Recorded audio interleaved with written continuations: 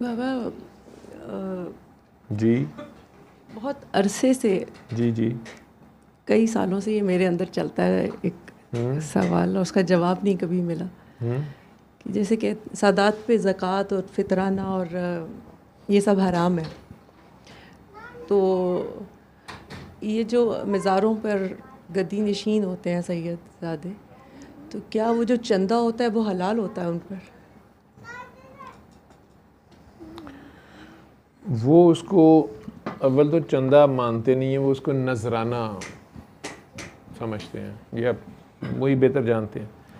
दरबारात पे वैसे दरबार वाला जो है वो खुद नहीं लेता, अगर ना लेता हो तो फिर उसके बाद अगर लेंगे तो गलत करेंगे। और अगर वो अल्लाह वाला होता है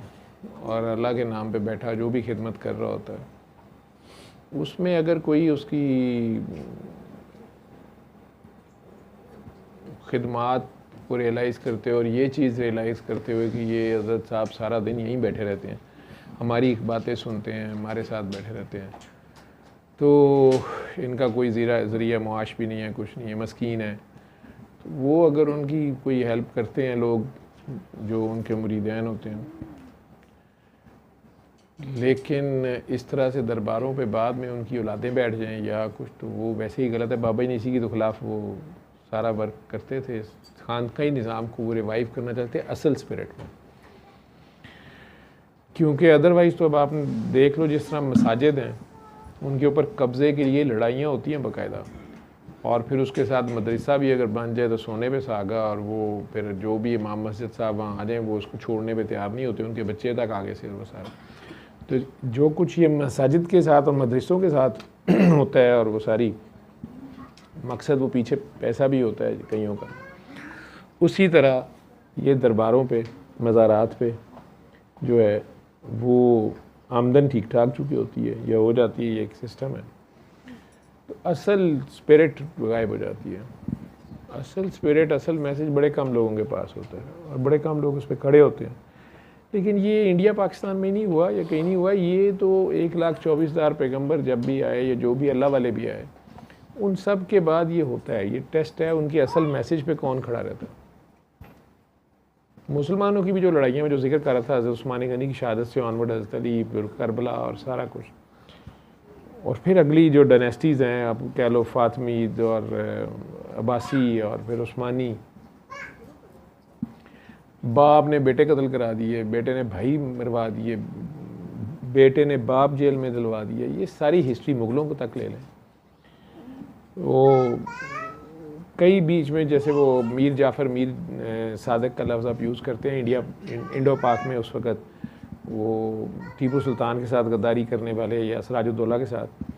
वो तो बहरहाल उसके रिलेटिव नहीं थे, ठीक, लेकिन मैं कह रहा हूँ कि इवन ब्लड रिलेटिव्स, भाई और बेटे भी, इंसानों का ये मसला है कि वो उस मेन मैसेज पे अल्लाह के खड़ा रहते हैं कि नहीं, अल्लाह वाले के साथ खड़े होते हैं कि नहीं, ठीक है। और इस सारे से डिविएशन या इस सारी खराबी की वजह होता पैसे ही है, यही नजराना, माले गनीमत, यही सारा पड्डा होता है।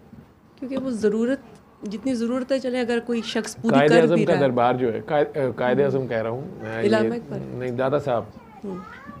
कायदे आज़म और इलामा इकबाल जो है ना, ये सिस्टम और ये कलंदर है, ये और लोग हैं, ये तो डंडा दे देते हैं जो बाद में भी उधर ना, ये और सिस्टम है। जो दादा साहब दरबार है, अब दादा साहब ने शादी नहीं की, ठीक है, 1000 साल तकरीबन हो गया है, अभी भी अदालत में केस है, मेरे ख्याल है 7 हैं या 9 कत्ल हो चुके हैं अब तक, ठीक, और पता नहीं कितने दावेदार हैं उस गद्दी नशीनी के, और अभी कुछ के पास कब्जा है भी है, और गवर्नमेंट भी इसमें एंजॉय करती है ना, ठीक है, सियासी तौर पे ये सारा यूज़ होता है। ज़माने का छुटा हुआ 2 नंबर आदमी जवारिया होता है और उसको दादा साहब का लगा देते हैं चेयरमैन या उधर का कोई जो भी हो, उधर मुख्तलिफ होते हैं। ये गोरों के दौर से ये सारा चल रहा है, या बादशाहत के दौर में भी ऐसे होता है। अवाम को डिवाइड करना है और उनके अपने मसलों में डाली रखना है, और मेन मैसेज जो है वो कुछ और होता है। जहाँ तक सादात की बात है, सादात का तो ये है कि वो जो बात है कि उन पे सदका खैरात नहीं लगता, उनके लिए बेसिकली उनके लिए 2.5% ज़कात नहीं है, उन्हें बाकी 97.5% में से दें जी, उशर होती है। ये नहीं है, ठीक है, उसे खुम्स कहते हैं शायद, ये जो भी है वो आप दें, या उनकी वो ये भी नहीं कि वो हकदार, वैसे भी आप मालिक गनीमत, वो उस वक्त मालिक गनीमत होता था। तो इस पे 1400 साल से बड़ी बातें हुई हुई हैं, उलमा सबान भी हैं, बादशाह के हुक्म के मुताबिक भी फतवा आ जाता था, और कई उलमाए हक जो है उन्होंने डट के बात भी की है। मैंने आपको बताया ना कि वो एक बच्ची थी, मुझे उस पर ये बड़ा मुश्किल सी सिचुएशन आ गई कि उसका किडनी ट्रांसप्लांट होना था, सैयदजादी थी। तो मैं यही कह रहा था कि अच्छा ये करवा देते हैं, मेरे ज़हन में नहीं था कि हॉस्पिटल से फ़लाँ हॉस्पिटल से जाओ और वो चैरिटी में वो कर रहे हैं। उन्होंने कहा जी वो तो सदका ज़कात में कह रहे हैं, ज़कात तो हमारे पे नहीं लगती। तो मैं आज तक उसको मिला नहीं, मलक रियाज को। मैंने वहाँ के डॉक्टर से बात की बैरियर टाउन के, और उसने सेम डे पे मुझे करवाया। उसने कहा जी, उन्होंने कहा कि अगर सैयदजादी है तो मैं फ्री होगा वो सारा ट्रांसप्लांट खर्चा वो सारा उसने किया।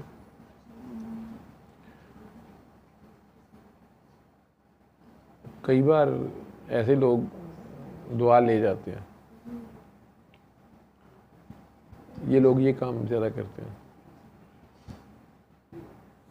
तो सादात का हिस्सा वहाँ से बनता है। ठीक है। सल्ले अला सल्ले अला सल्ले अला सल्ले अला सल्ले अला शफीना सल्ले